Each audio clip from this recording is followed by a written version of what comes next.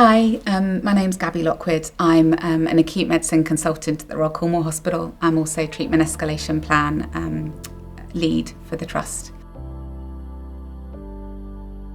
Treatment Escalation Plans replace the old red form. The Treatment Escalation Plan is a lot more than the old Don't Resuscitate form though. So it is a stepwise conversation with a patient and ideally their relatives about what's going to be appropriate, what is the appropriate level of care. It talks about, is it appropriate to be admitted to hospital? Are IV fluids appropriate? Are IV antibiotics appropriate? It goes on to talk about whether artificial feeding, escalation of care to ITU, hemodialysis, and then finally, is resuscitation appropriate?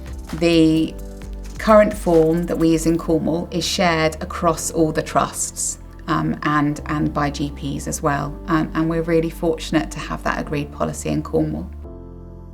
The audit that we completed is a rolling audit, so it's being done every 2 to 4 weeks. The current audit, we're at 245 sets of notes.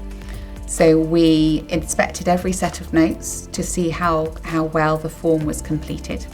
And we found that 12% of patients had pre-existing TEPs, which is fabulous, because actually for a patient to bring their TEP back into hospital with them, which is what's meant to happen, really means that decisions have been made and that communication between primary and secondary care is really happening. 29% of patients got TEPs whilst in hospital, and we also looked at whether the capacity assessment, which is essential for a treatment escalation plan, was completed. And it was completed correctly in 88% of cases. And I think that's a really good figure and much better than I perhaps was expecting given some of the criticisms in the past. We also extended the audit process to actually involve the nursing staff and the allied health professionals looking after the patient. And we asked the nurse in the bay, would you be surprised if your patient died in the next year?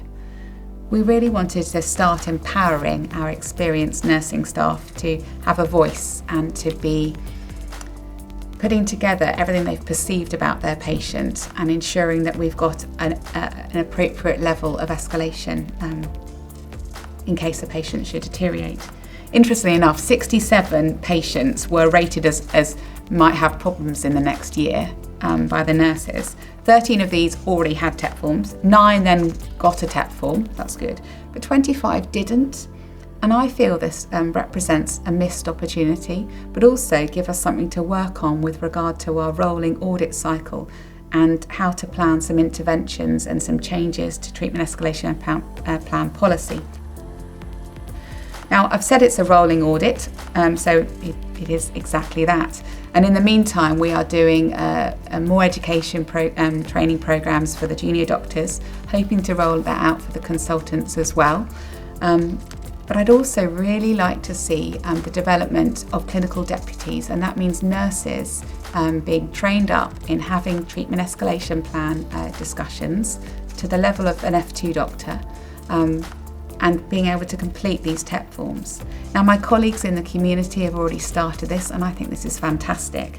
And actually, these nursing staff in the Bay that are saying, I'm worried about my patient, that would really empower them.